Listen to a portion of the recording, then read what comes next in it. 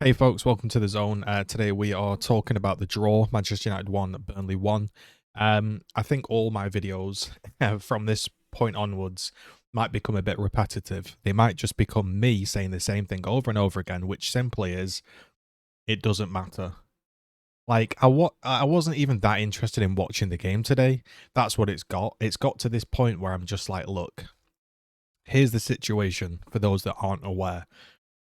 Ranić has basically confirmed what we've all known for ages, that the club just want top four, and the people inside the club and everyone else gets really happy that we're in the top four race, and it doesn't really matter if you go out of any cups and you don't really win anything because they make a shit ton of money.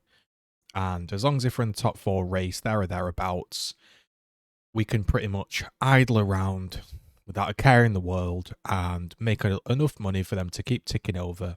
And we employ and we hire and we keep people that have a similar mentality to that, basically. Look, here are some just things to think about. Man U have not won a trophy in 5 years, soon probably to be 6. We have not won the league in 10. And yet we still have Juan Mata, Matic, Lingard starting games, playing games, being on the bench. We are hoping to get a draw against Burnley and bringing on the Academy Alanga. We are playing a 36-year-old, 37-year-old Ronaldo, who the manager, when asked many, many years ago at a previous club, would you sign Ronaldo at that age? No, no, no. He doesn't fit the profile of a type of player I would sign. Wonderful player, but no. So our manager wouldn't even really fancy him. He came in and he assessed that Wan-Bissaka, Luke Shaw, and Harry Maguire were not good enough.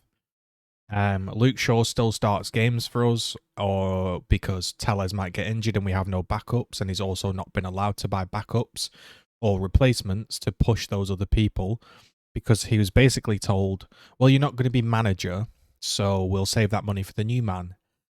Maguire has to start games for some reason because some idiot made him captain. And we've managed to replace Wan-Bissaka, but realistically we've replaced him with Dalot, who is a little bit better. He's improving, but still not good enough. It should be that Dalot is the backup or starter and we buy somebody to push him on. Fortunately, we can't do that again because Glazers aren't really that bothered. We have enough quality to scrap it out for potentially top four. And then we have two positions, Wan-Bissaka and Dalot, so we don't really need a third one because our club never seemed to sell anyone anyway. Jesse Lingard, the manager, effectively said, I was happy for him to go. I don't really need him. But because of the Mason Greenwood situation, the club, not him, the club have decided to keep him. They've had a bit of a falling out. It's very clear Lingard was pissed off he didn't get his transfer move. He basically said that on Twitter. He wasn't in the right headspace. The club gave him a week off. And now he's had to come on at the end and try save us. And it's like that just does nothing for manager power. You can't say to somebody, I don't want you to play, I don't rate you, yada yada, and then have to put him on to bail you out. The club make managers look stupid because they're not allowed to manage. This club has spent more money than any other club in the past 10 years, but don't get that twisted. It's not actually the Glazers' money. They're basically just spending the money that we make. They just take money out of the club. They don't put any money in. So when people say the Glazers are fantastic business people, yeah, they make money and they spend money, but they don't ever spend their own money, and they're also very bad at spending their own money. They could hire a load of football people to then dish out and delegate, what that person should do and improve the football club, but, that would be giving away power, which they don't want to do, and therefore they don't do it. People are saying, oh, well, Ranić's addressed all these problems and has come up with all these problems that are at the club. When he goes into his consultancy role and we get the new manager, this is going to be great. It won't. Ranić won't be listened to. The new manager, if we get top four, will get a small amount of money. And if we don't get top four, he'll get a large amount of money if the Glazers think that is a viable purchase in terms of commercialization and just all the other kind of stuff. We want names still. That's kind of what we buy. We don't buy players that fight, and I think people laugh at me, but our squad is absolutely crap quality. I don't rate half the people, to be honest, and I know it sounds ridiculous, but the amount of sloppy passes and everything that go on that just would never ever happen. The amount of times a player is surrounded by 5 people and nobody runs over to even help him out. I can't even be bothered to analyse the games or the tactics anymore because it's all completely irrelevant whilst they own the football club. They're basically like Mike Ashley, except we generate enough money to keep going, unlike Newcastle, who weren't really generating anything. We just happen to have a fucking enormous income because we're Man United. Yes, we should have been 3-0 up. We could have been 4-0 up, 5-0 up. It doesn't matter. We weren't. The goals were disallowed. They didn't go in. We were still 1-0 up against a shit tier Burnley. We should have won the game.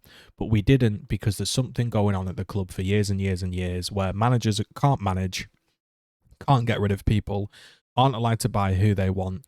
And look, Ranić doesn't know of Darren Fletcher. He doesn't know of his philosophy. They've never worked together. He's now become his right-hand man with Mike Phelan, who, like, we draw 1-1, and Mike Phelan's, like, running off and he's all excited to go and chat to Rodriguez. And it's pointless and boring. I don't enjoy watching the matches. I don't feel like I'm watching the Man United I grew up watching. Not just because, oh, they're not winning. No, there's just a lack of trying. And they're not even trying to get top quality players or improve the squad. They're just getting by. They're just going through the motions. Like, everything about the games are just going through the motions. And when anybody or any club comes up against Man U and they just try a little bit, we suddenly become under pressure because it's very obvious that's all you have to do to Man U is try a little bit. So I don't really enjoy watching the games.